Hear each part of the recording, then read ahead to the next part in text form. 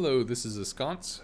So I've done two videos so far. I've done a Shokaku and I've done a Lexington video where I'm taking in a destroyer against an AI CV, which has recently had its AI improved so that it can land rocket hits, can land torps, can land bombs. In the training room, it looks like the CV's weapon of choice is rockets for a destroyer, which means the CV will be coming in broadside.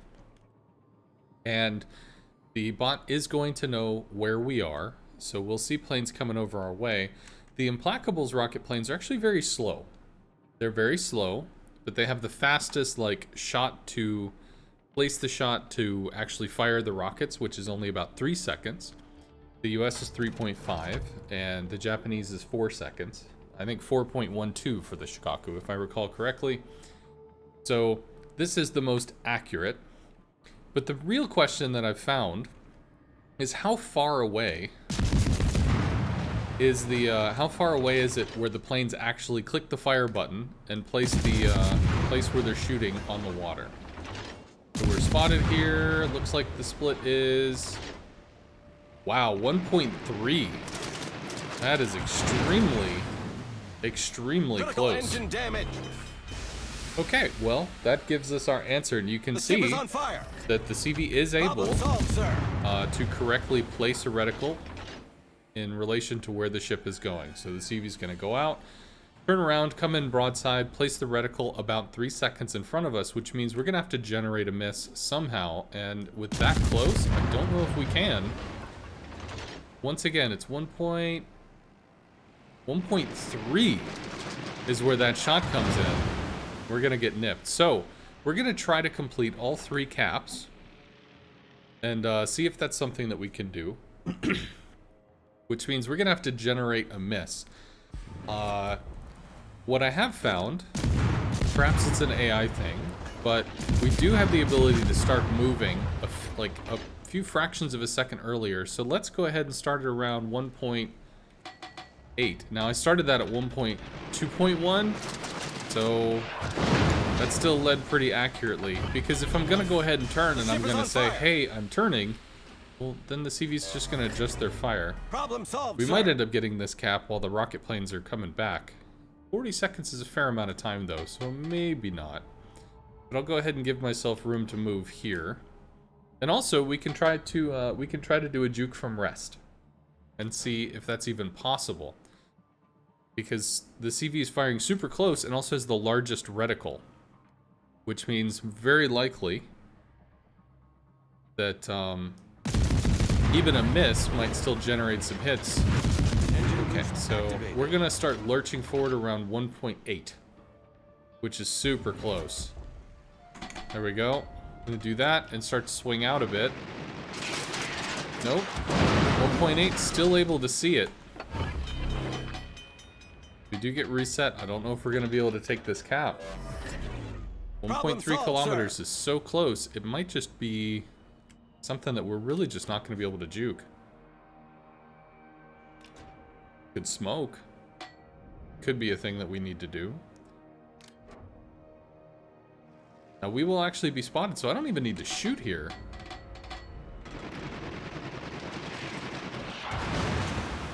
Still nipped me for 1.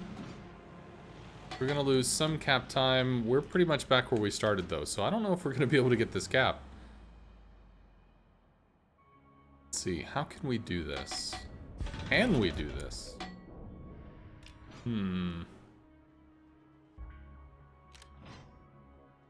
See more rocket planes soon. Rocket planes will try to get to a broadside, so we can draw that out a little by turning here. Try to push the CV off, take a little more time on a detour. Yep, does know that it's going after us. Eventually it's going to get close enough that it'll abort the turn and just come in. There we go. Do we have the turn aborted? We generate an overshoot. A little, but not really. We still take one on the nose. Let's see if we have a chance to get away from this. So we can mitigate the damage. We've shrugged off almost 300,000 in terms of throw weight here. But in terms of full juke. Engine boost deactivated. Should cut in pretty soon. There it goes, 1.8. Might have started the juke a little too early. And we end up hitting superstructure, so turning in on the rockets might not be the correct choice. We might need to turn out. So let's keep that in mind. And the 2.3 detection, because of the 1.3 distance needed to be able to take the shot, I don't even know if I have to shoot for this. Let's try turning out. 1.8, about here. Nope, still gonna coast. Still get nipped by one. But we're definitely not in the middle of the crosshair.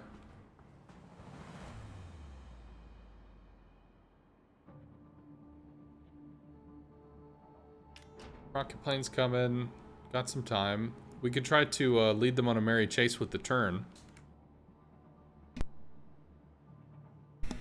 Because if we can drag this out, yeah, that's just a little more cap in the bucket. Come on, buddy. Come on.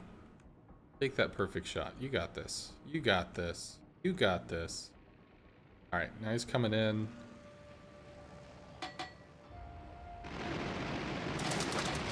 Overshoot, but still, putting the superstructure or gun in the way is just going to get us nipped. We'll reset back to 46. Could pop a smoke. Could do that. But I still think we need to, like, turn out. Or we need to fake. Need to fake that the shot's got to be early. Can we do that? I think I completely... Oh, whoa! Okay. Okay. What do we do there? So what I tried to do was something you can do against human players, which is you turn in, they trip across you, and they have so little time they can't set up the shot. So we're gonna turn in just a little here. We're gonna turn in on this. CV sees us, freaks out a little, and then we're gonna start to... Okay, there we go. That works. That works to generate a miss. So what we're doing is we're turning in as the CV sees us, which means that this reticle, instead of being placed in front of us, would have to be placed closer to the enemy planes. But as we're doing this, we then slow down and turn out to ideally place the rockets where we might juke going to the north. But instead, it overcorrects and it goes past, trying to find the new correct line. And way overshoots. So we'll give them a heads up. We'll let them know what's going on and see if this works if we are spotted. We're gonna cut in around 2 point something, and then we're gonna slow down right around 1.8. Okay, still got nipped. So if the CV sees you, he's wise to the tricks, but if we go undetected and we're using this detection ring, the bot does seem to be limited outside of the initial, like, it knows where you are, it knows what you're doing, but it can't set up the attack without seeing you, sort of thing. Now, I didn't turn in. Okay. I didn't turn in there, so I didn't fake it. I didn't have it put it behind me. We can still do this. Let's actually pop the engine boost so we can generate a little more... Engine boost activated. We can generate a little more distance, maybe. And if I keep turning, we can kind of force him onto the broadside. See if he's going to be looking for that juicy, juicy shot. There we go. Turn in a little. And slowing down, cutting out. There we go. Generated a terrible shot. Whatever it is about that combination of movements is going to be the magic trick for faking out the Implacable, and that's going to get us the cap. So this one was definitely the toughest. Yeah, final boss, rawr. I might try the Parseval, because the Parseval has a 1.5 second lead time.